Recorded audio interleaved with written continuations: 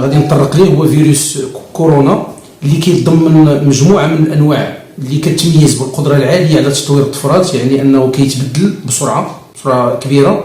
بالنسبه للحاله الانيه هنا في المغرب في اليوم 6 مارس 2020 المعلومات اللي كاينه في موقع ديال وزاره الصحه كاينه 42 حاله اللي كان مشكوك فيها، 40 حاله كانت طلعت التحاليل سلبيه وجوج الحالات اللي مؤكده.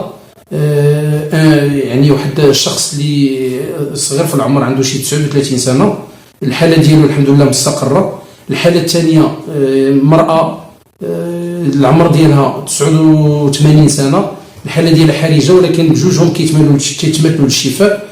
وزاره الصحه راه قايمه بمجهود كبير في هذا المجال هذا من اجل التعبئه ومن اجل يعني الحفاظ على هذا المرض باش يبقى في ليميتي جيوغرافيكمون.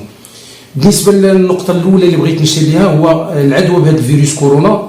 كيف ما شفتوا في الموقع ديال وزاره الصحه كاين 3 الحالات. كاين ظهور الاعراض على اشخاص اللي اقاموا في منطقه اللي كاين فيها الفيروس وتاكدوا فيها حالات بحال ايطاليا بحال الصين بحال الدول الاخرى. الحاله الثانيه ظهور اعراض عند اشخاص اللي كانوا في اتصال وثيق مع حاله مؤكده بحال هاد الحالات اللي ظهروا في الدار البيضاء. الحالات اللي كانوا في جنبهم هادو اذا ظهروا عليهم اعراض تنقدروا نشكوا بانهم راه من بين المشكوك فيهم انه يكون حاله ديال كورونا. النقطه الثالثه ظهور الاعراض على اشخاص كانوا على اتصال وثيق مع اشخاص خدامين في مستشفى او لا اقاموا فيه، يعني وكاين ظهرت عليهم اعراض تاكدت فيها الحاله ديال الاصابه. بالنسبه لهاد الاعراض ديال هذا المرض هذا ما هضرتش على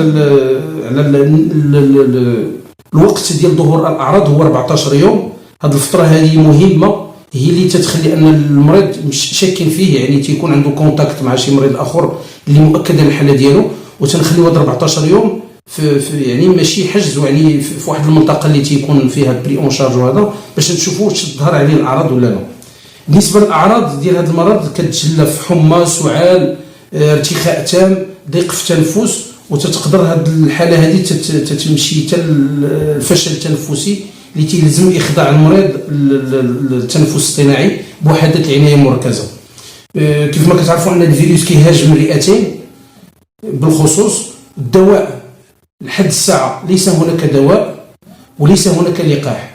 بمجرد ان ظهور الاعراض ديال المرض والحالات المؤكده تيخضعوا المريض مجموعه من الادويه ضد الاعراض اللي كتبان فيه، يعني مثل الحمى، السعال، ضيق التنفس، وبعض الحالات كتستلزم الحاله العنايه المركزه باش المريض يرجع يكون مزيان.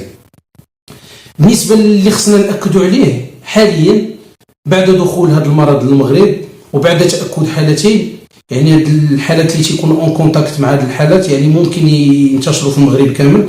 يعني اللي خصنا نديروه هو الوقايه سهله وبسيطه. خص غير الانسان ياخذ العاده بها. اولا غسل اليدين لمده 20 دقيقه تقريبا، يعني باش الميكروب يموت. تجنب لمس العينين او الفم بايدي غير مغسوله، يعني تولي في العادات ديالنا. تجنب لمس اشخاص مصابين. طهي اللحوم والبيض جيدا. وفي هذا الاطار هذا وزاره الصحه قامت بمجموعه من التدابير، منها الرصد والكشف المبكر على المسافرين، عزل الحالات المصابه، تتبع المخالطين لاماكن انتشار الفيروس، ورفع درجه الاستعداد واجراءات مكافحه بجميع المستشفيات.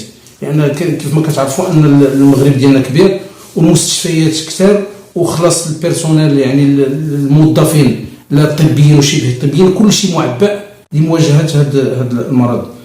وخلاص هناك تعميم من مجموعه من المنشورات التحسيسيه.